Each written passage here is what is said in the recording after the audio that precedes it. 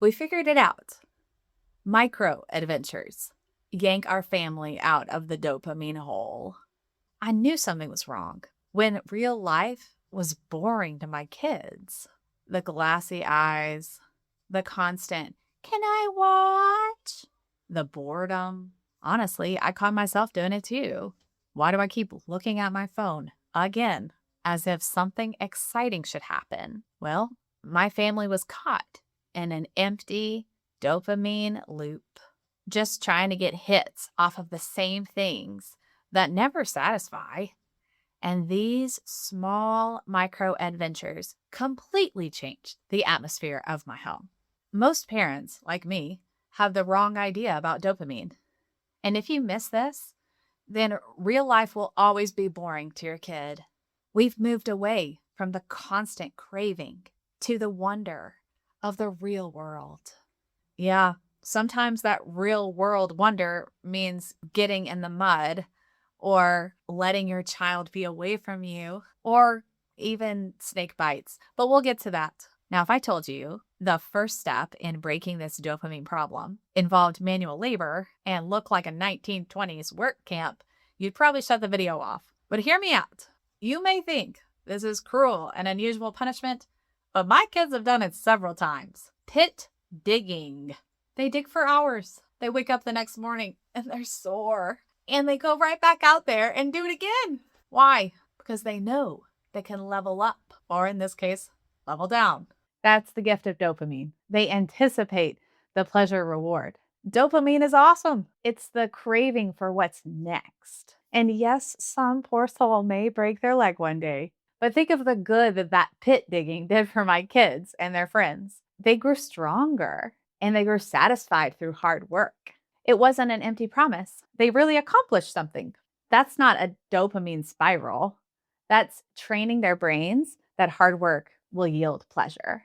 But pain to gain isn't the only way that micro adventures retrain our brains. In fact, why is doom scrolling even a thing?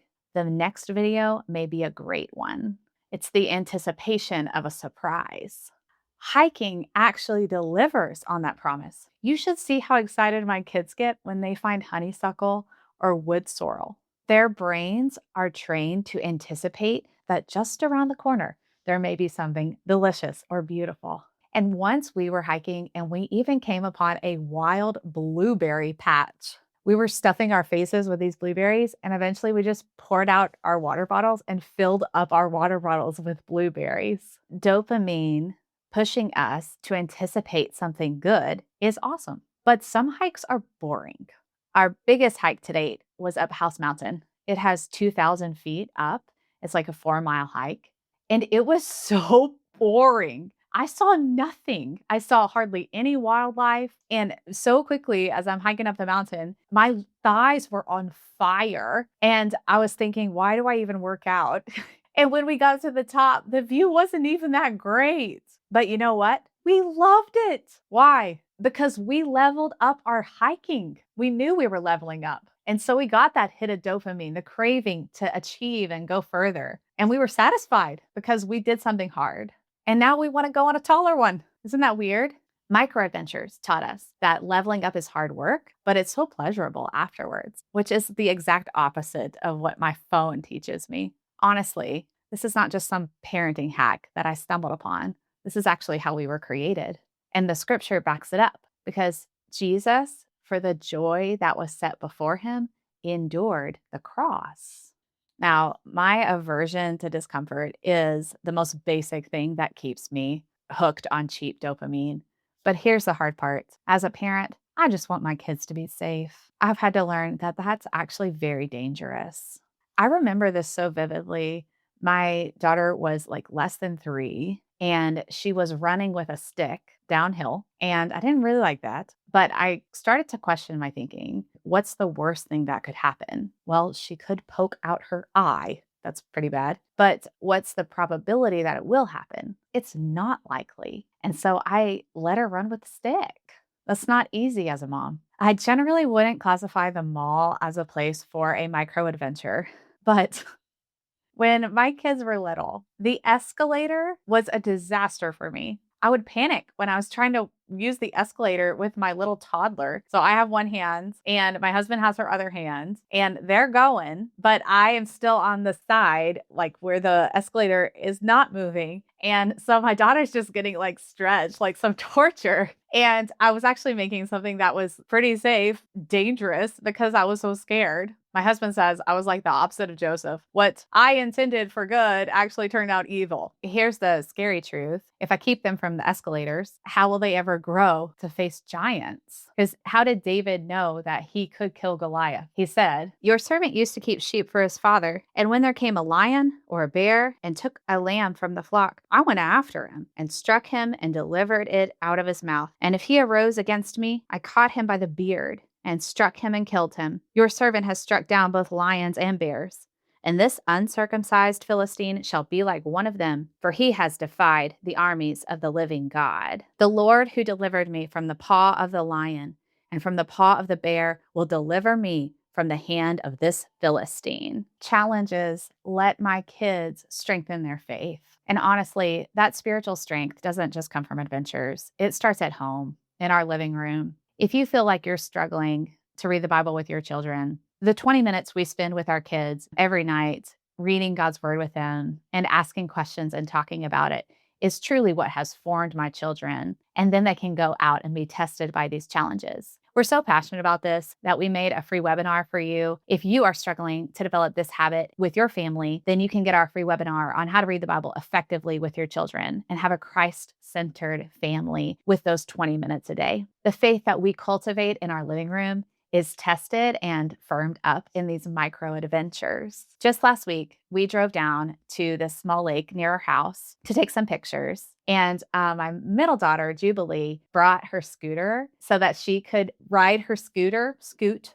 back up to our house. We drove home and she rode the scooter. And this was a level up for us because usually my girls are together. I like them to be together when they're doing these adventures. She wasn't walking, she was riding on a scooter. And I've seen some scooter wrecks in my day.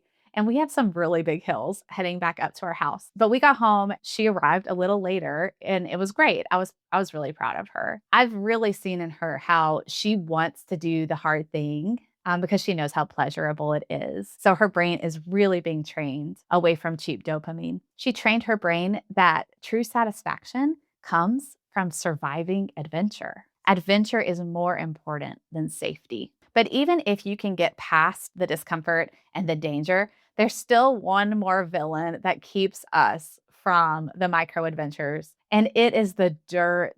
This is what makes me want to quit almost every time. Dirt gets everywhere. It gets everything dirty. You got dirty clothes. You have a dirty van. You have a dirty carpet. You have loads of laundry. Dirt is aggravating because it just piles on my work. I thought we were going to have fun. I didn't know you were just giving me another load of laundry and a van to vacuum and a floor to sweep and shoes to figure out. Thanks, kids. But the truth is, I had to learn to love the dirt because my senses were so dulled. I saw nothing and I knew nothing. A few years ago, we were at the zoo with another family, and I started making fun of my friend who's a botanist because he was looking at plants at the zoo. Back then, I thought birds were just annoying alarm clocks and bugs were there to attack me. We had to start small, and my husband led the way in this. He got a nature identification app. So we started trying to figure out what things were. We both have a bird call identification app that we love. After we would go on micro adventures, I had a nature journal in the car and we would just list all the things that we saw.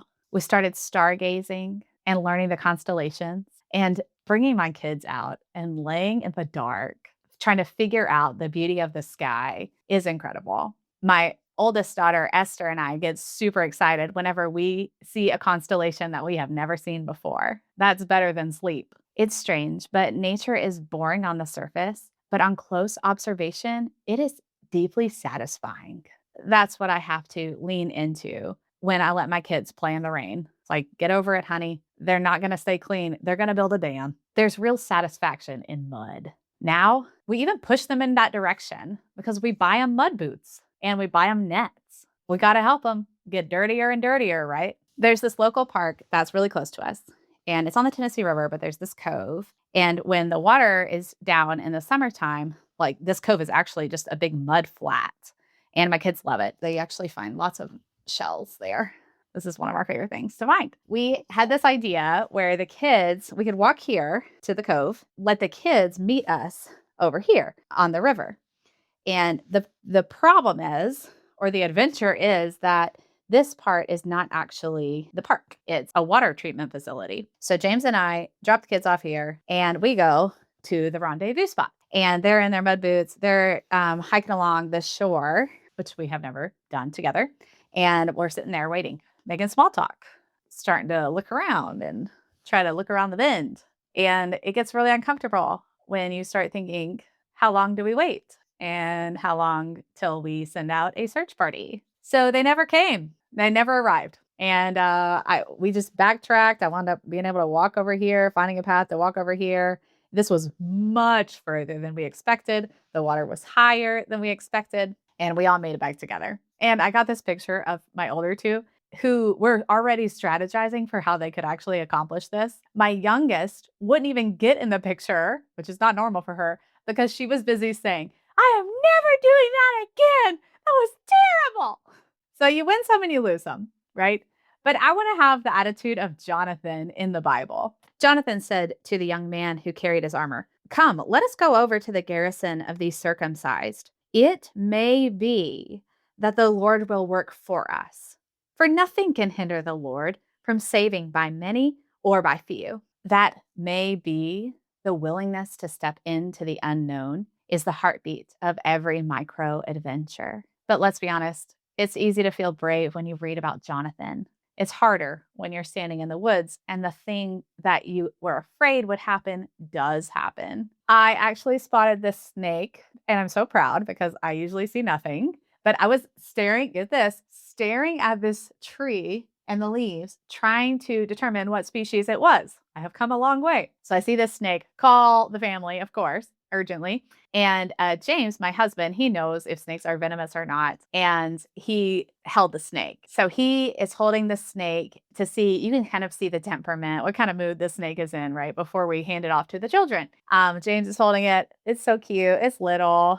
And then we let Esther hold it, and it's doing great, taking pictures. We let Eden hold it. And then Jubilee was holding the snake, and all seemed well until it bit her. I felt terrible. But guess what? She still likes snakes more than any of us. Dopamine. It's amazing, right? She anticipates the joy of holding an amazing creature, overcomes the fear that it may bite her. That's how I have to think about dirt. The good and satisfaction and training of an amazing little adventure is worth the dirt in whatever form that comes. In case you don't know me, I'm Angelica Cable. I'm a Christian parenting coach alongside my husband, and it's our mission to help families move away from empty cravings of this life toward faith-filled adventure. Because once you figure out how to navigate the discomfort and the danger, something amazing happens. Your kids actually fall in love with reality. If you want to see exactly how that shift happened in my own home and how my kids actually became addicted to being off screens, you can watch this video right here and then go have a micro adventure.